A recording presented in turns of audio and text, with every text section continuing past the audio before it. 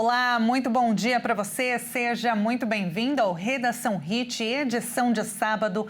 A partir de agora, eu, Tabata Pote, te mantenho muito bem informado com as principais notícias da última semana. E praticar atividades físicas é essencial para manter o corpo em movimento, não é verdade? Mas durante o frio, o risco de lesões aumenta muito. E quem tem problemas cardíacos deve redobrar a atenção. Nos dias frios, manter as atividades físicas em dia é essencial para manter o corpo saudável. Mas a estação mais fria do ano também é a mais predisposta a causar lesões durante a prática do exercício. Alguns especialistas recomendam cuidado redobrado, pois a musculatura do corpo está mais rígida em temperaturas mais baixas. Além de manter o cuidado com a saúde em dia, buscar uma alimentação balanceada e manter o consumo de água em dia, o ideal é iniciar a atividade física com um alongamento para aquecer o corpo e diminuir o risco de distensão muscular. Monitorar o ritmo das atividades, usar calçados corretos e finalizar o treino com alongamentos também são passos essenciais para evitar lesões pré- e pós-treino. Para as pessoas que têm problemas cardiológicos, é necessário realizar uma avaliação médica para identificar problemas antes da atividade, por conta da sobrecarga no coração, já que os dias mais frios podem aumentar em 30% casos de infarto e AVC. E se você foi ao mercado nos últimos dias, deve ter percebido que o preço do morango dobrou. E o motivo é o morango do amor, que virou febre em todo o país. A reportagem é de Anderson Nascimento. O morango do amor se tornou a nova sensação do momento, viralizando nas redes sociais e movimentando o setor de confeitaria em todo o país.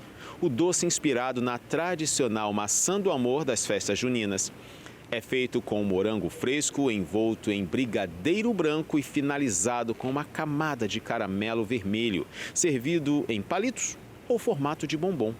A combinação conquistou influenciadores, confeiteiros e amantes de sobremesas, que compartilham diariamente vídeos da receita.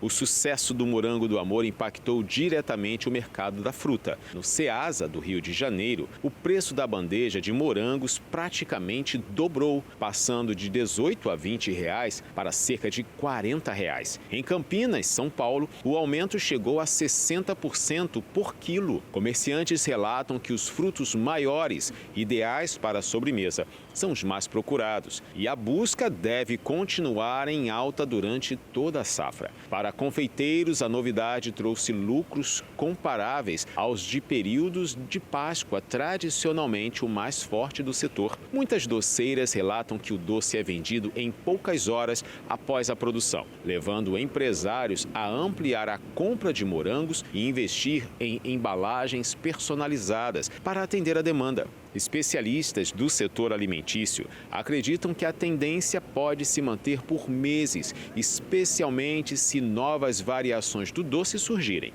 Enquanto isso, produtores comemoram o aquecimento das vendas e consumidores seguem impulsionando o fenômeno que transformou uma simples fruta em protagonista de uma das sobremesas mais disputadas do ano. Desde o início do ano, o uso de aparelhos celulares está proibido nas escolas. Mas será que na prática os alunos estão prestando mais atenção nas aulas? A reportagem é de Elisa Lorini. Desde o início do ano letivo de 2025, as escolas do Brasil começaram a seguir a lei federal que proíbe o uso de celulares dentro da sala de aula.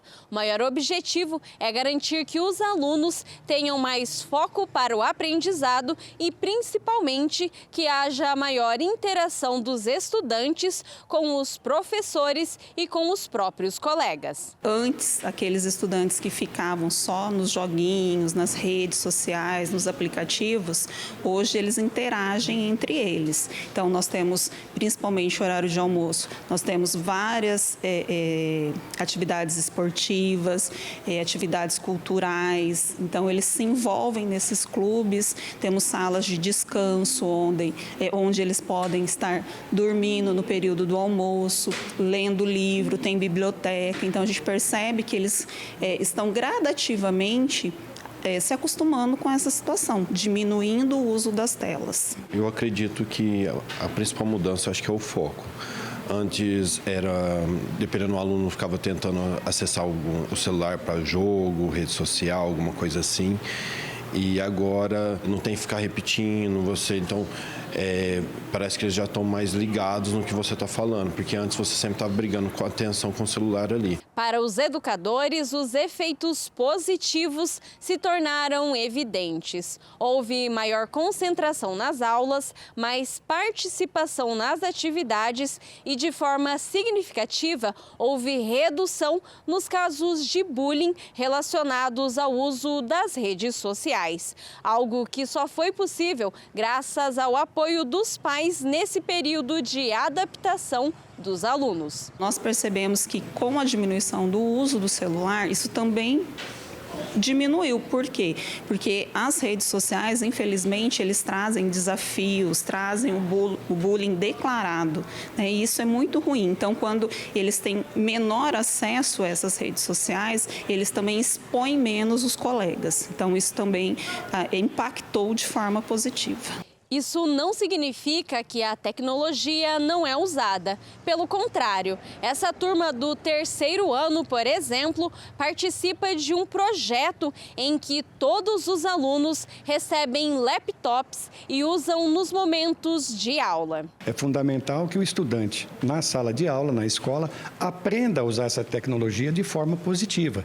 E é dessa forma que os colégios da rede estadual de ensino têm trabalhado, proporcionando a utilização da tecnologia em benefício da melhoria na qualidade da aprendizagem dos nossos estudantes. Então, vocês veem na sala do 3º ano, todos os estudantes trabalham com um Chromebook, que fica à disposição para cada estudante, e a lousa digital também, onde o professor consegue interagir efetivamente online com os estudantes, de forma positiva.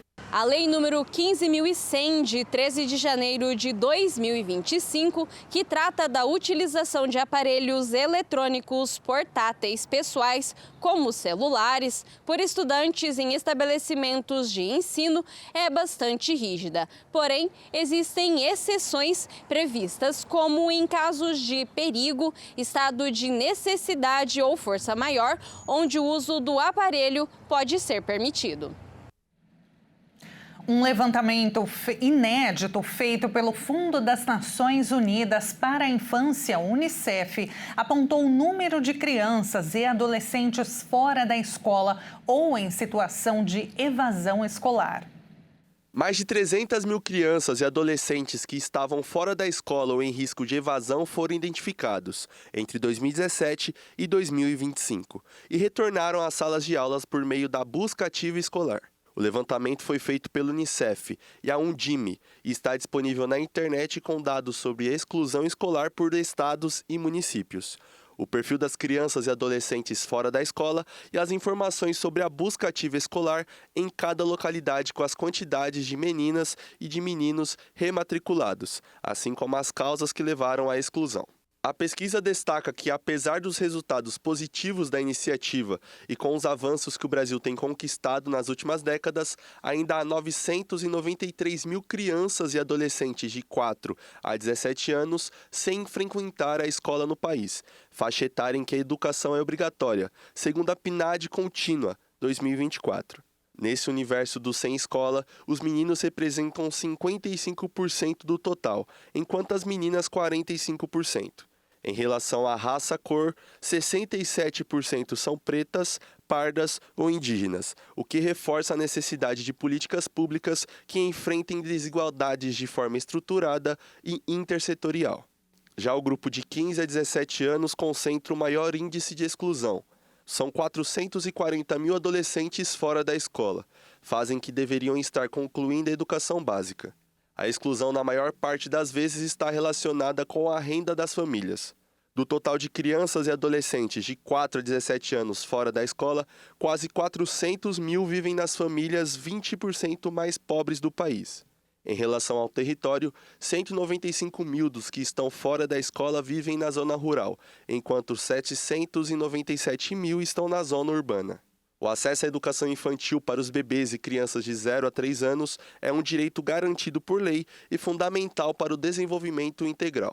Nos dias atuais, quase 7 milhões de crianças estão fora da creche, o que representa 60% do total. O Brasil está abaixo da meta do Plano Nacional de Educação, que prevê a inclusão de 50% dos bebês nas creches até 2024. Para alcançar essa meta, o país precisa de 1.200.000 matrículas em creche.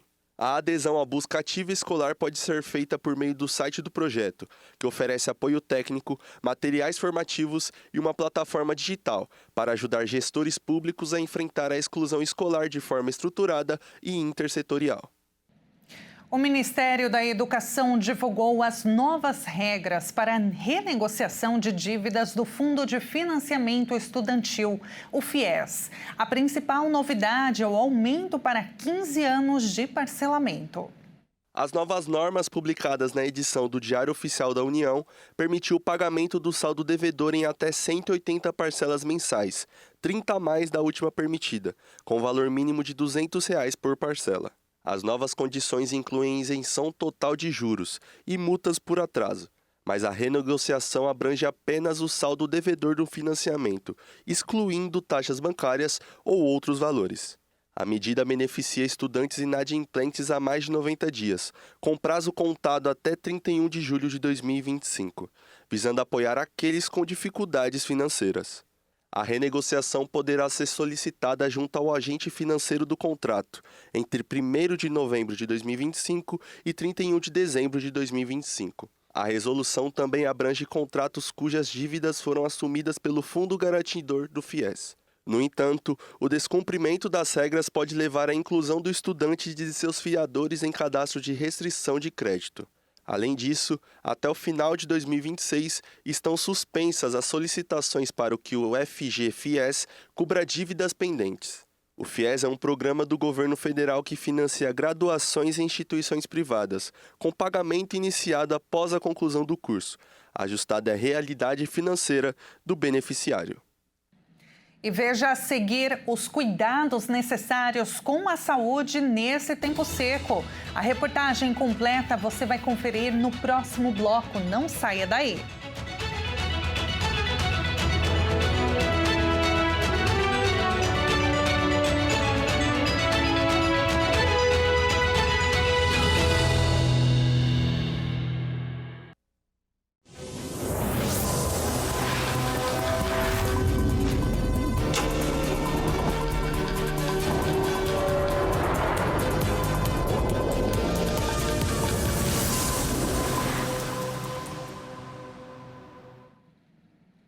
E o Redação Hit está de volta com as principais notícias.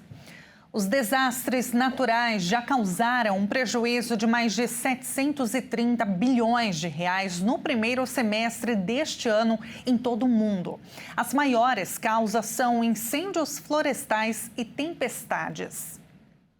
Nos primeiros 6 meses do ano, os desastres naturais causaram perdas globais de aproximadamente 131 bilhões de dólares, cerca de 733 bilhões de reais, segundo o relatório da resseguradora alemã Munich Re. Embora o valor seja ligeiramente inferior ao registrado no mesmo período do ano passado, quando registrou 868 bilhões de reais, ele ainda está acima da média histórica e revela impacto crescente das mudanças climáticas e catástrofes naturais. O destaque para os desastres naturais foi para os incêndios florestais em Los Angeles, que registrou um prejuízo de 53 bilhões de dólares. Desse montante, 40 bilhões estavam cobertos por seguros, o que faz do evento ser o mais caro do ano até o momento. O cientista climático da Munich Re enfatizou a conexão direta entre o agravamento das condições e os impactos observados. Embora os números revelem que aproximadamente 80 bilhões dos prejuízos totais estavam segurados, a cobertura continua desigual,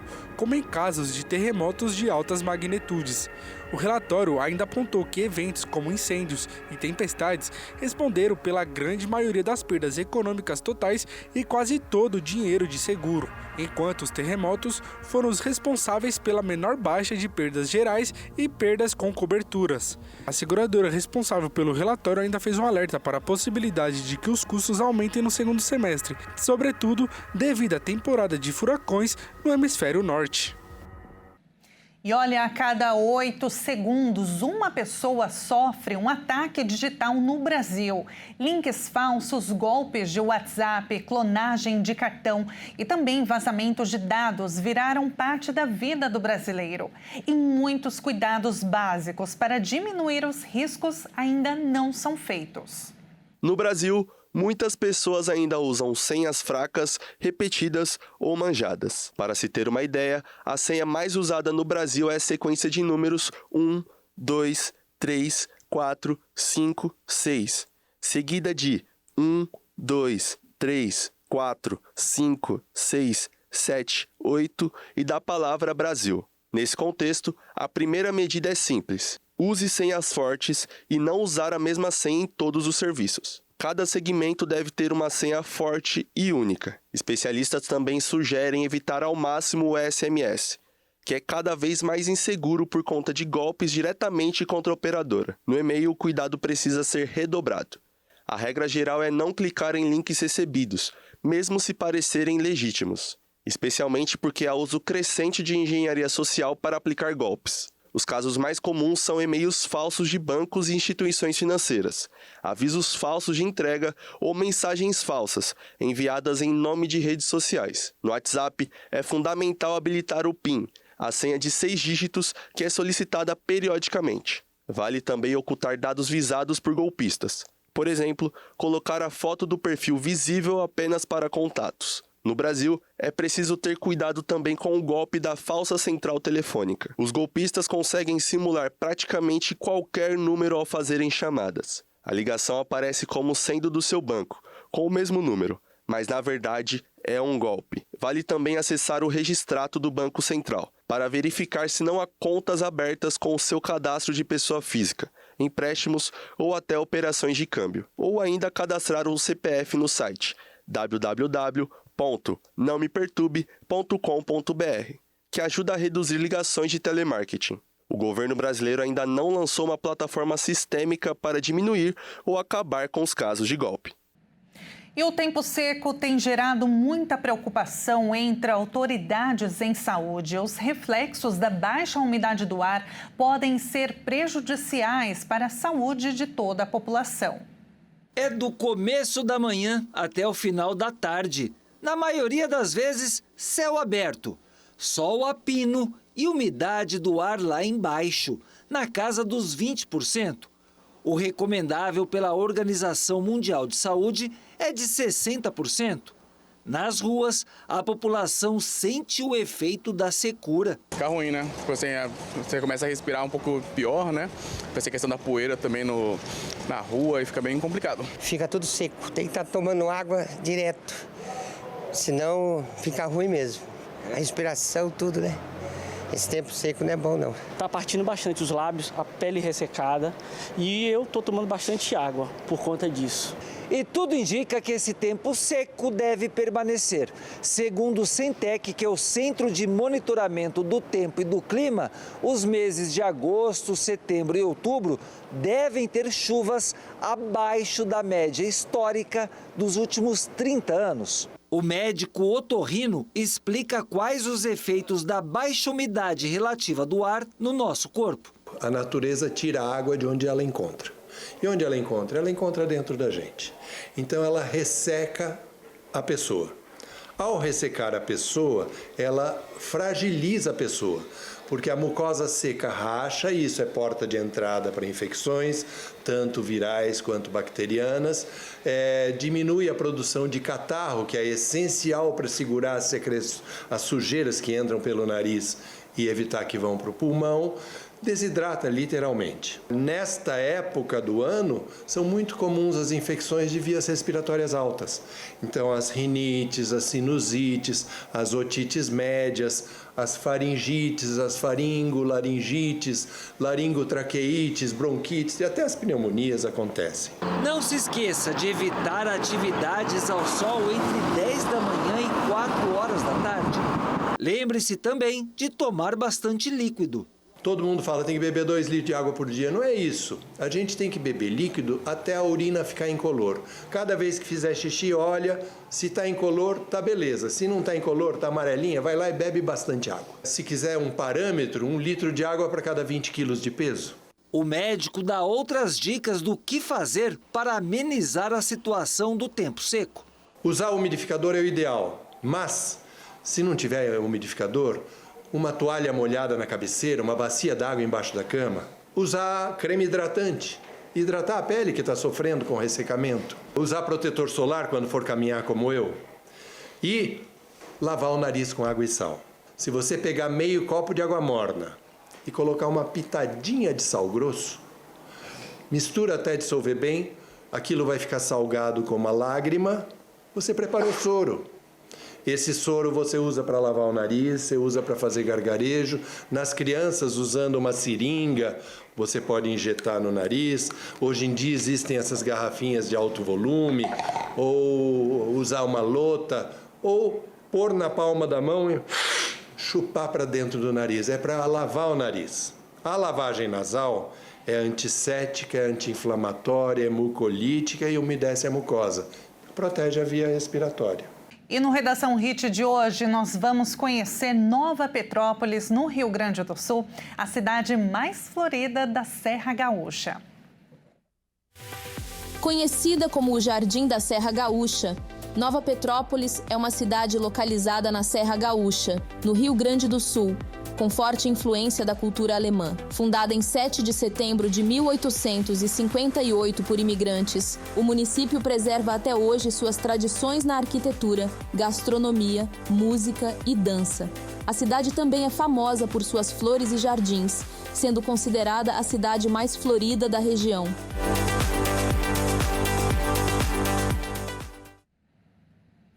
E esta edição fica por aqui. Muito obrigada pela sua companhia. Um excelente final de semana para você. A gente se encontra ao longo da programação. Até mais.